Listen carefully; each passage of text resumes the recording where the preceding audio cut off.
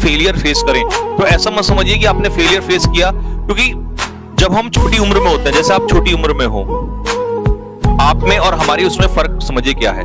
हालांकि मेरी भी कोई ऐसी बहुत ज्यादा नहीं हो गई है, लेकिन फिर भी मैंने इस लाइफ के स्ट्रगल में ये सीख लिया है कि अगर आपको एक जगह पर कहीं फेलियर नजर आता है, ठीक है, तो इसका मतलब ये नहीं है कि आपकी लाइफ खत्म हो गई है। आप हर दिन आप जब उठते हैं तो एक नया संकल्प लेकर उठते हैं, और उस दिन ये सोचते हैं कि आज मैं कुछ नया करूंगा, और आपने कोई काम किया और उसमें आपको हार मिल गई, तो इसका ये मतलब नहीं है कि आपकी लाइफ खत्म हो गई। आप नई चीज स्टार्ट कर सकते हैं, लेकिन उसके लिए थोड़ा सा आप में गट्स होने चाहिए। तो अगर आपके अंदर गट्स हैं तो आप कोई भी नई चीज खड़ी कर सकते हैं। तो वही चीज मैं आपको बताऊं, जैसे जो मैं आपको बता रहा था 11th क्लास का, क्या हुआ कि अब अगर पेरेंट्स भी मेरे कहीं ना कहीं देख रहे होंगे तो मुझे शायद, अब तो खैर क्या ही गालियां देंगे, लेकिन सोच रहे होंगे कि कहीं ना कहीं पुरानी बातें। तो 10th क्लास की बात है, जब मैं 10th क्लास में था, I was in CBSE in 10th class, और मेरे स्कूल का नाम था KK public school. KK public school मेरे स्कूल का नाम था। तो आई वॉज वेरी मतलब studious kind of guy in 10th class, ठीक है। तो 10th का बोर्ड एग्जाम होता है। अभी आजकल बोर्ड में इतना वो नहीं होता, पहले बोर्ड बहुत बड़ी चीज होती थी। तो बहुत ज्यादा मतलब मेरे ऊपर पढ़ाई का प्रेशर था, बहुत ज्यादा, घर वालों की उम्मीदें बहुत ज्यादा थी। अच्छा, वही चीज क्योंकि 90s वाले लोग हैं, तो 90s वालों के टाइम पे क्या होता था कि डंडा बहुत मिलता था, मतलब प्यार से नहीं समझाया जाता था। अगर गलती है या कम मार्क्स आए हैं तो डंडा पिलाई होती थी। तो मतलब बहुत ज्यादा प्रेशर था, और प्रेशर इतना ज्यादा हो गया था कि दिमाग बहुत खराब रहता था। तो दिन रात हमने मेहनत करी, और इतने भी नहीं थे हम कि बहुत ज्यादा आउटस्टैंडिंग थे, लेकिन अपनी जितनी भी हमारी शक्ति थी उससे ज्यादा मेहनत करते थे। तो मैंने जैसे तैसे करके मैंने दिन रात मेहनत करी। तो मैं अपने गांव से जाता था स्कूल में ना, CBSE बोर्ड था मेरा, स्कूल था, तो गांव में तो होता नहीं था स्कूल, तो वो 12-13 किलोमीटर था। तो आप विश्वास नहीं करोगे, मैं साइकिल पे जाता था, ठीक है।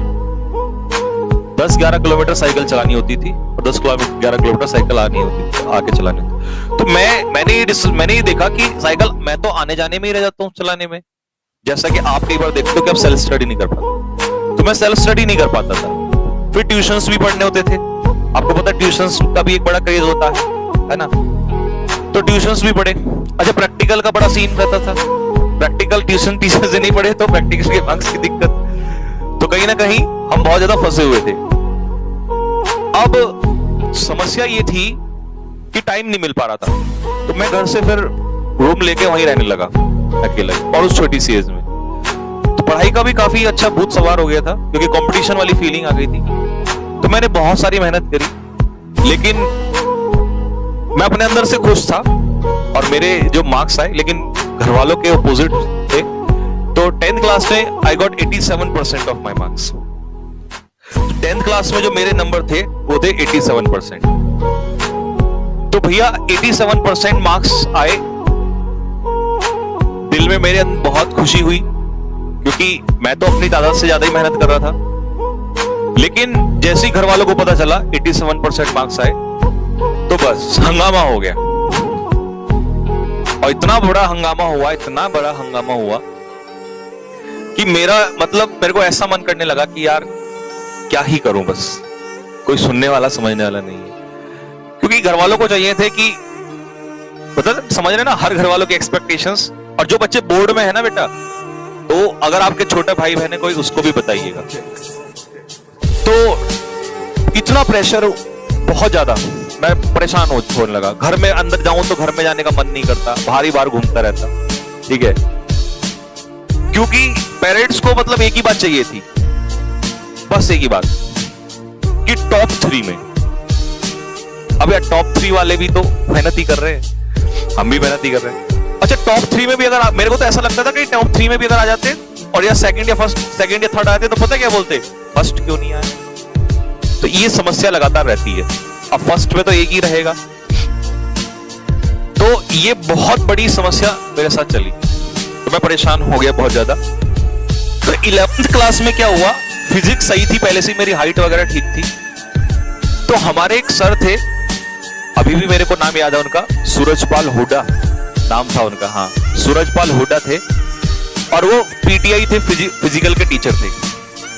तो उन्होंने क्या किया, जैसे हम 10th के बाद 11th में आते तो सूरज सीनियरिटी फील होती है ना, तो हम सीनियर टाइप के थोड़े हो गए। अब उन्होंने देखा ये हट्टे खट्टे हैं, तो हमारा एक ग्रुप छाट लिया उन्होंने और उन्होंने सोचा कि अब इनके ऊपर दांव खेला जाए। तो वो हमें क्या करते, हमें क्लास से उठाते और सीधा ग्राउंड में। अब हमें बड़ा मजा आने लगा, पढ़ाई में तो आपको पता ही है मन कहां लगता है। तो अब हमें मौका, वैसे हम बंक मारते तो टीचर्स बोलते, लेकिन हमने फिर मारने का ऑप्शन नहीं था। तो जैसी पीटीआई साहब आते, अब पीटीआई का तुम्हें पता ही है उनका एक अलग ही रौब चलता है, टीचर भी कुछ नहीं बोलते। बोला कि कहां जाना है, ग्राउंड प्रैक्टिस। क्यों जाना है, कि स्कूल की तरफ से खेलने जाना है। तो हम जैसे ही तुरंत आए, बैग रखा और चले गए। तो इस तरीके से मेरा जो 11th क्लास है वो बहुत ज्यादा खराब हो गया। लेकिन मेरा पूरा का पूरा इंटरेस्ट हुड्डा साहब ने बदल दिया था एथलेटिक्स की तरफ।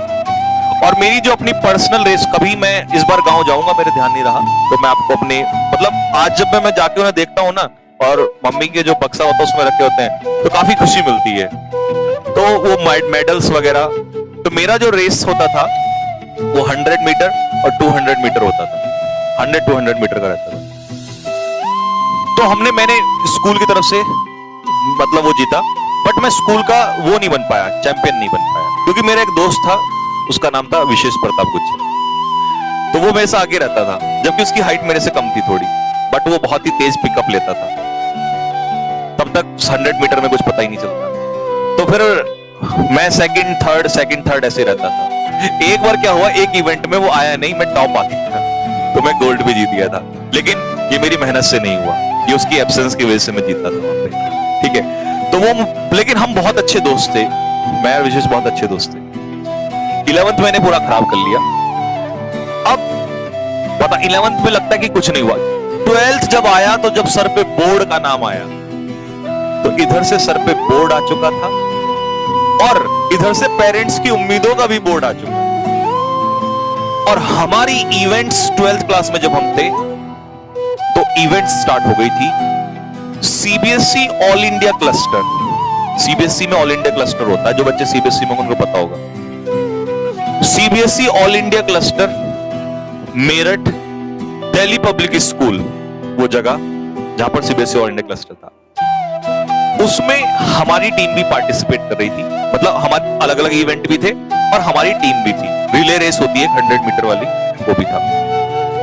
अब भाई सीबीएसई ऑल इंडिया क्लस्टर में जीतना बहुत बड़ी बात होती है अपने आप, उसके लिए फिर आप सीधा आगे बढ़ जाते हो। और मेरा इंटरेस्ट जाग चुका था, मैंने सोचा पढ़ाई वढ़ाई तो बात की बात है, स्पोर्ट्स में निकल लेते हैं, क्योंकि मजा आता था ये चीजें करने में।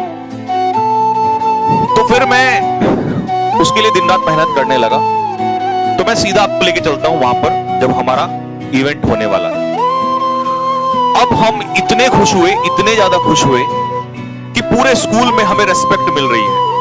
प्लेयर्स स्कूल की तरफ जा रहे हैं, स्पेशली वहां के वाइस प्रिंसिपल हमसे मिलने आ रहे हैं। कांग्रेचुलेशंस मैन, नाम रोशन करो। ये हमें खाने के लिए बढ़िया बढ़िया चीजें दी जा रही हैं।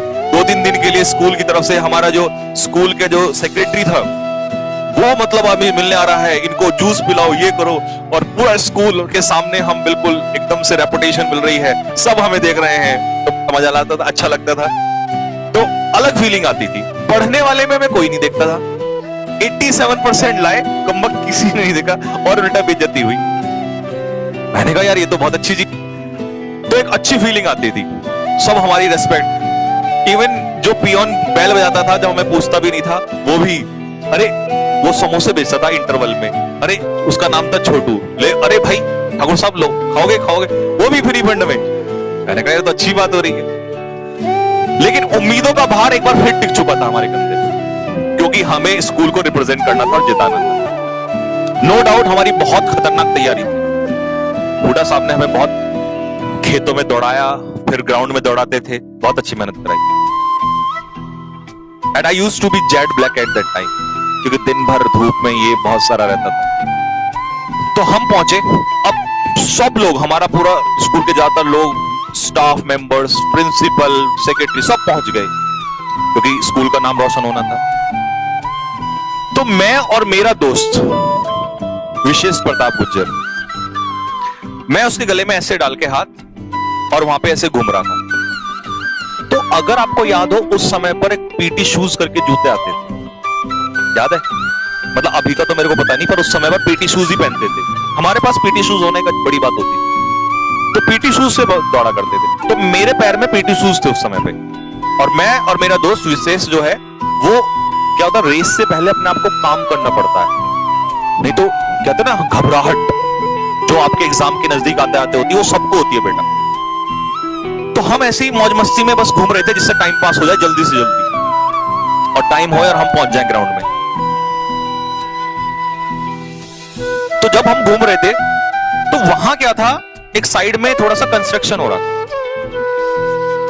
और जब हम चल रहे थे तो सडनली क्या हुआ, जैसे ही मैं आगे बढ़ा और मैं ऐसे रुक गया, और जैसे ही मैं रुका मेरा दोस्त आगे खींचे और मैं वहीं पे खड़ा हो गया। अब दोस्त ने कहा भाई क्यों रुका, तो क्या हो गया? मैंने कहा विशेष सब कुछ खत्म हो गया। उसने कहा क्यों, क्या हुआ? मैंने कहा सब खत्म हो गया भाई, अब कुछ नहीं बचा। सपने टूटना ना किसे कहते हैं, मैंने तभी आपको कहा था कभी पूरी जिंदगी में तो बहुत स्ट्रगल है बेटा, तुम तो एक बार फेल हुए। मैंने कहा विशेष सब खत्म हो गया, सब उम्मीदें, सब चीज खत्म हो गई। मैंने कहा अब तो पेरेंट्स, मतलब एक सेकंड में मेरे को सब कुछ याद आ गया, अब क्या क्या गलत बहुत बुरा होने वाला है। शायद मैं यहां से निकल जाता, ऑल इंडिया क्लस्टर में आगे बढ़ जाता तो शायद पेरेंट्स भी सपोर्ट करते, लेकिन सब गड़बड़। उसने कहा क्या हुआ? मैंने कहा नीचे देख क्या हुआ।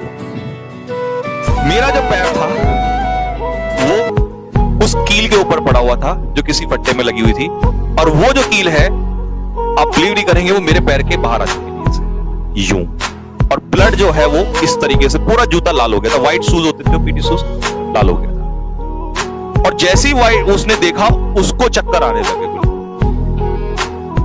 मैंने कहा भाई जल्दी कर फटाफट, अब टाइम नहीं है। उसने कहा अब इसमें क्या हो, तो मैंने फटाक से उसको निकाला। मैंने कहा अब सिर्फ एक ही चीज है, किसी को बताएंगे नहीं, एक थोड़ा सा रिस्क लेंगे, देखिए सफलता पाना। हालांकि गलत किया, गलत था, मैं आज भी एक्सेप्ट कर रहा हूं मैंने गलत किया, लेकिन क्या करें, बच्चे थे, कोई समझाने वाला नहीं था, जुनून पागलपन था।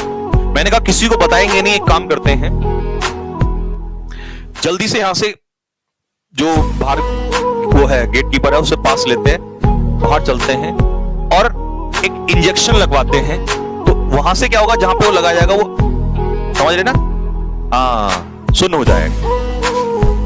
हमने वही काम किया, गए स्टोर पे लिया, और वो दोस्त जो था मेरा उसी ने ही लगा दिया। और मैं कहा एक काम करते हैं, इस पे पट्टी बांध दे और इस तरीके से बांधना कि जो ये ब्लीडिंग है ये रुक जाए, क्योंकि अगर मैं वहां ब्लीडिंग में हुआ तो फिर दिक्कत हो जाएगी, बाद में होगा जो देखा जाएगा। मैंने कहा ये रेस तो विशेष जीतनी है, चाहे कुछ भी हो जाए। उसने वो किया, जूते पहने हमने, और मैं पहुंच गया। और मुझे केवल कुछ उस समय मिला था जब तक वो सुनता नहीं, तो उसके बाद सब दिक्कत होने वाली थी, और तुरंत हमारा टाइम हो गया और अब पहुंच गए। अब सबसे अच्छी चीज क्या थी कि मैं सेकंड नंबर पे खड़ा किया जाता था, मेरा जो दोस्त था विशेष वो चौथे नंबर पे। स्टार्टिंग में हम तीसरे बंदे को रखते थे, मुझे सेकंड पे इसलिए रखा जाता था कि जो फर्स्ट वाला अगर कमजोर पड़ेगा तो मैं खींच लूंगा, फिर लास्ट वाला विशेष था वो तो खतरनाक था। तो फर्स्ट वाले ने जब मुझे बैटन दिया तो मैं बैटन को लेके दौड़ा, और सच बताऊं मैं इतना तेज, या तो वो घबराहट थी या क्या था मुझे नहीं पता, मुझे लग रहा नॉर्मल भी नहीं दौड़ पाता कभी, इतना तेज मैं दौड़ा।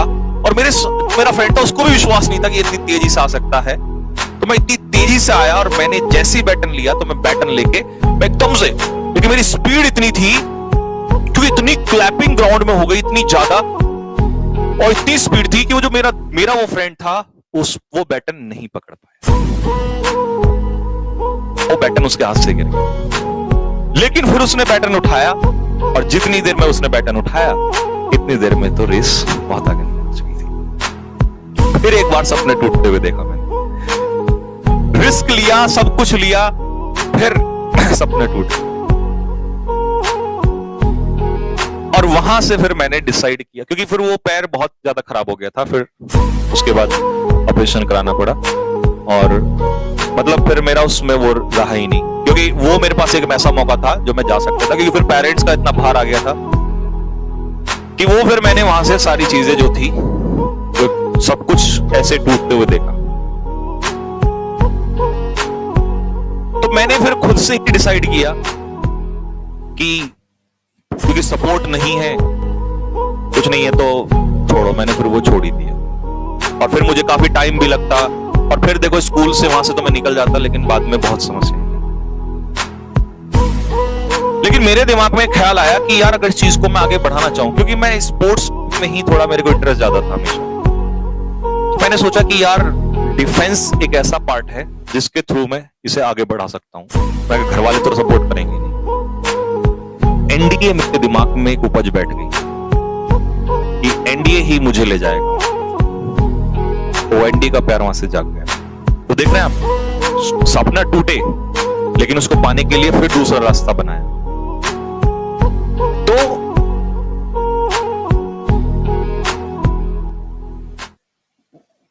वही चीज मैं आप लोगों से कहना चाह रहा हूं कि फिर तो वो एनडीए की अलग कहानी है, उससे तो छोड़ दीजिए। लेकिन ये जो स्पीड है, सपने हर किसी के टूटते हैं, और आप थोड़ा सा कुछ हो जाए, सर आज ये हो गया, सर आज वो हो गया, सर आज ये हो गया, सर ऐसा हो गया। बेटा हमसे पूछ के देखो क्या क्या नहीं हुआ इस जिंदगी में। बहुत कुछ हुआ है, बहुत ज्यादा कुछ, बहुत सारी चीजें, लेकिन हम फिर भी नहीं हटे। हमारा एक सपना टूटा ना, दो खड़े कर दिए तुरंत। और हमने ये जिंदगी में जंग लत पाल ली कि देखते कब तक लाइफ हमारे सपने तोड़ेगी, हम नए सपने रखते चले जाएंगे। क्योंकि हराया तो आपको, देखो जिंदगी हमेशा हराएगी, लेकिन आप हार के लिए बैठे हैं या जीत के लिए बैठे हैं, सोचना ही आप ही ने है।